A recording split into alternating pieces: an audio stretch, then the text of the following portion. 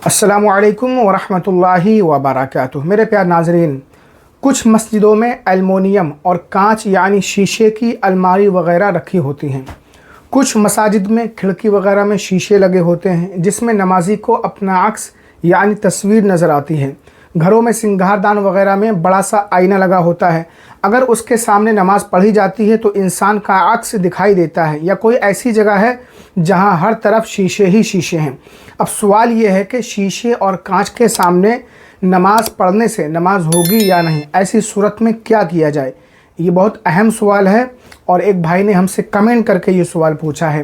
ये मसला तो बिल्कुल आम है कि हर जानदार की तस्वीर के सामने नमाज़ पढ़ना मकरूह है, तहरीमी है, यानी अगर नमाज़ पढ़ ली तो दोबारा पढ़ना वाजिब है।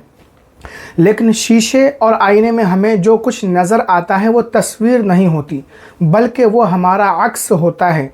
तस्वीर कहते हैं जो किसी जगह ठहरी हो, हरकत ना करती हो, और शीशे में जो अक्स दिखाई देता है वो हमारे हरकत करने से हरकत करता है, हिलता है। तो शीशे में जो कुछ नज़र आता है वो तस्वीर नहीं होती, इसीलिए आईना और शीशे के सामने नमाज़ पढ़ना बिल्कुल दुरुस्त है। इसमें कोई कराहत नहीं। ये ऐसा ही है जैसे नमाज की हालत में नमाज़ पढ़ने वाले का साया सामने पड़ता है। लेकिन शीशे वगैरह के सामने नमाज़ पढ़ने से तवज्जो भटकती हो तो ये मकरूह तंज़ीही है, यानी शीशे के सामने नमाज़ पढ़ते वक्त आप अपने आप को देखें और खुशू खुजू में कमी आती हो तो आपकी नमाज तो हो जाएगी, इसमें कोई शक नहीं।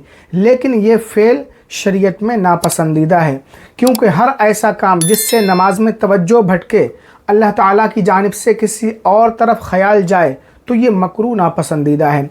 अगर शीशा इतना दूर है कि आप नमाज़ पढ़ते वक्त अपने आप को शीशे में नहीं देख पाते तो फिर कोई कराहत नहीं। अगर शीशा करीब में है और आप शीशे के सामने नमाज़ पढ़ रहे हैं तो बेहतर यह है कि उस पर चादर वगैरह डाल दीजिए या दूसरे कमरे में नमाज़ पढ़ लीजिए। अगर दूसरा कमरा नहीं है, चादर वगैरह भी नहीं है, तो शीशे के सामने ही नमाज़ पढ़ लीजिए, नमाज हो जाएगी। खुलासा यही निकला कि शीशे के सामने नमाज़ पढ़ने से नमाज हो जाती है। अगर तवज्जो भटके तब भी नमाज हो जाएगी, लेकिन कराहत के साथ। उम्मीद है आप इस मसले को अच्छी तरह समझ गए होंगे।